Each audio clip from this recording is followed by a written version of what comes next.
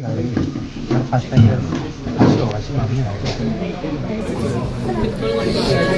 घटना दुर्दैवी आणि समाजाला काळीमा असणारी आहे, कुणालाही मंजूर होण्यासारखी नाही. आम्हाला अतीव दुःख झालेलं आहे. एक आई म्हणून मी त्या आईवडिलांच्या वेदना समजू शकते. तरीसुद्धा या केसमध्ये तातडीनं चौकशीचे आदेश दिल्यामुळे आरोपीला लगेच अटक करण्यात आली आणि जी आपण सगळ्यांनी मागणी केलेली आहे की त्याला फास्ट ट्रॅकवरती ताबडतोब शिक्षा व्हावी आणि यासाठी मुख्यमंत्री महोदयांनी सुद्धा आदेश दिलेले आहेत. त्यामुळे लवकरात लवकर त्याची चौकशी होऊन त्याला नक्कीच फाशी होईल आणि त्यासाठी प्रशासन जी काय कारवाई आहे कायदेशीर ती करत आहेत आणि ज्या काही त्यांच्या मागण्या आहेत, ज्या की घरकुल योजनेमध्ये त्यांना घर हवं होतं, त्यासाठी सुद्धा शबरी घरकुल योजनेमधून त्यांना त्यांच्या घरकुलाची व्यवस्था करण्याचे आदेश दिलेले आहेत. तसेच महिला व बालकल्याण विभागातर्फे मी सकाळीच त्यांच्या विभागीय आयुक्तांशी बोलले, तर आजच त्यांच्या खात्यामध्ये 10 लाखाचा चेक जमा होणार आहे. मनोधैर्य योजनेच्या अंतर्गत हायमासची त्यांनी मागणी केलेली आहे. ते पण लवकरात लवकर उभं करण्यासाठी आम्ही तसे आदेश दिलेले आहेत. शासन सर्वतोपरी या सगळ्या गोष्टींच्या चौकशीच्या सुद्धा आदेश दिलेले आहेत आणि अशा काही घटना घडू नये म्हणून सदैव तत्पर आहे.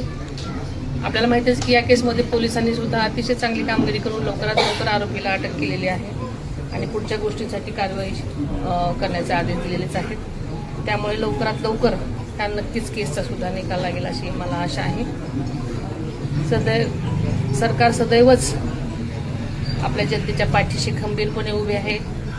कधीही कुणाला वाटत नाही की अशा घटना व्हाव्यात, पण अलीकडे वारंवार अशा घटना होत आहेत. यासाठी सरकार तर सतर्क आहेच आहे, पण जनतेने सुद्धा अशा घटना घडू नये यासाठी सहकार्य करण्याची अत्यंत आवश्यकता आहे आणि ते आपण करावं अशी माझी सुद्धा स्वतःची इच्छा आहे. एक पालकमंत्री म्हणून मी सदैव तुमच्या सगळ्यांच्याच पाठीशी आहे. काही झालं तर नक्कीच त्याची दखल अत्यंत वेगाने मी घेण्यासाठी माझे प्रयत्न असतात.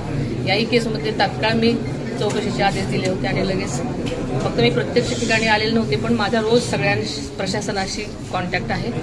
त्यामुळे नक्कीच लवकरात लवकर जी काही मागणी आहे ती पूर्ण होईल अशी मला आशा आहे. तर नसरापूर घटनेनंतर अशा घटना सारख्या होत आहेत, तर समाजाला काय प्रबोधन सांगाल किंवा काय मेसेज द्याल? मी आता सांगितलं की म्हणजे सरकार तर सतर्क आहेच आहे. अशा घटना घडू नये म्हणून सर्वतोपरी ते प्रयत्न करतच आहे, पण समाजाने सुद्धा अशा गोष्टी घडू नयेत म्हणून सजगतेने बघण्याची गरज आहे.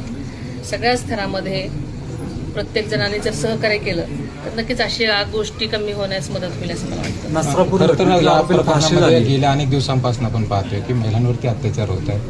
विधिमंडळामध्ये काय ठोस कायदा किंवा या गुन्हेगारांसाठी एक पायबंदी घालण्यासाठी जर प्रशासन काय कारवाई करणार? खरं सांगायचं तर महिलांसाठी हे सरकार तर अनेक गोष्टी करताना आपण बघितलेलं आहे. अलीकडेच आपण शेतकरी महिलांसाठी म्हणून शेतकरी दर्जा महिलांसाठी दिलेला आहे. अशा अनेक गोष्टी कायम सरकार करत असतं आणि याही गोष्टी अत्यंत गंभीर आहेत.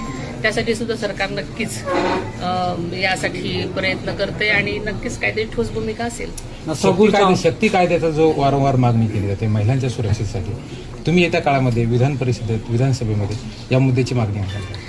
या मुद्द्यासाठी आम्ही सगळेजणच प्रयत्न करत आहोत. नक्कीच काही वर्षांमध्ये काही दिवसामध्ये ह्याच्यावरती विचार केला जाईल. नसरापूरच्या आरोपीला फाशी शिक्षा झालेली आहे, सुनावलेली आहे, परंतु अजून फाशी नाही झाली. त्याच्याबद्दल काय सांगा? त्यासाठी सुद्धा कायदेशीररित्या कारवाई सुरू आहे आणि दिरंगाई होते त्याच्याबद्दल काय म्हणजे लवकरात लवकर होण्यासाठी आमचे सुद्धा प्रयत्न आहेत. तसे आदेशही दिलेले आहेत मुख्यमंत्री साहेबांनी. त्यामुळे लवकरच काही दिवसांनी निकाल लागण्याची शक्यता आहे.